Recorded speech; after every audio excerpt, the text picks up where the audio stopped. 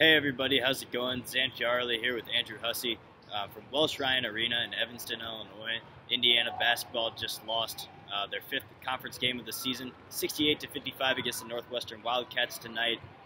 Their lowest scoring output of the season for the Hoosiers. Just a really all-around tough performance. Northwestern played their hearts out. Thomas Bryant, really the only lone bright spot in this game for Indiana. 23 points, 12 rebounds. Aside from that, Robert Johnson, the only other Hoosier in double digits. Andrew, at what point in this game did you feel like Northwestern really put it away and really took control of this game? It was really that late in that first half. IU got out to a good start for once after the Michigan game where they came out horrendously and got down really early. IU came out, they were up 10-1 early on, but Northwestern came back and IU never really punched back. So that's really where I thought that IU never had a chance again because they just didn't show any life after that point. Yeah, they really didn't. And then you put on top of that the fact that they commit 10 turnovers in the first half. Northwestern scores 15 points off those turnovers, and even 7 turnovers in a row at one point. Just hard to do. Yeah, it just really looked out of sync offensively. And without, obviously, James Blackman Jr. in the lineup for the Hoosiers tonight, IU was really missing another key shooting guard, another shooting outside presence other than Robert Johnson. What can the young guys really take away from this game moving forward? I mean, Robert Johnson, 4 of 6 from beyond the arc, but the Hoosiers were 8 of 21 total. Thomas Bryant was shooting threes. What does IU need to do, and able to find another outside shooter if Blackman's not going to be healthy? Yeah, it's really going to be a struggle without Blackman because he's their #1 shooter, and really have had some guys hot and cold. Robert Johnson, who's had good games and bad games. Monte Green, Curtis Jones was injured tonight.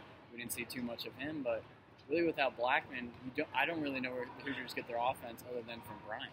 Yeah, just all around.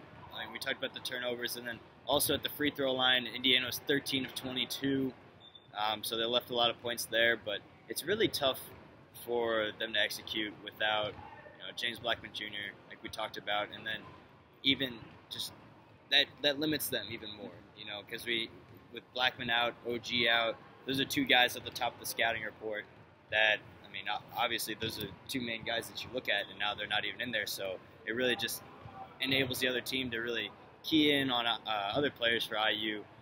But what can IU do moving forward? They have Penn State now at home on Wednesday, 2 tough losses in a row, lost by 30 at Michigan the other night, now this one against Northwestern. What does IU need to do to regroup? Yeah, you actually kind of saw a little better defense from the Hoosiers tonight than they played at Michigan.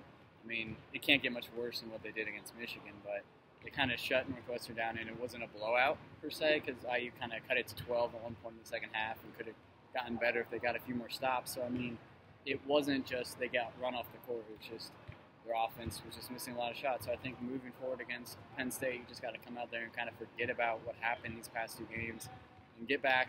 When your fans at Assembly Hall, they usually shoot pretty well in Assembly Hall, so yeah, getting back there will be good. It wasn't a blowout by any means.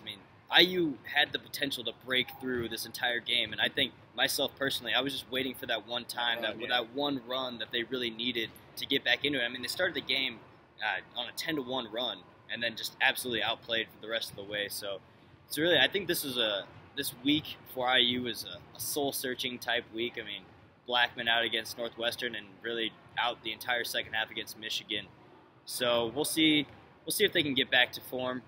Wednesday against Penn State, that game's at home, and then another tough matchups coming up after that as well. So at Wisconsin, and then Purdue and Michigan again at home. So it doesn't get any easier for Indiana. Any final thoughts, Andrew? It's all from Northwestern for me. It's all from Northwestern. So thanks for watching, guys. Zain Pyarali, Andrew Hussey with the Indiana Daily Student.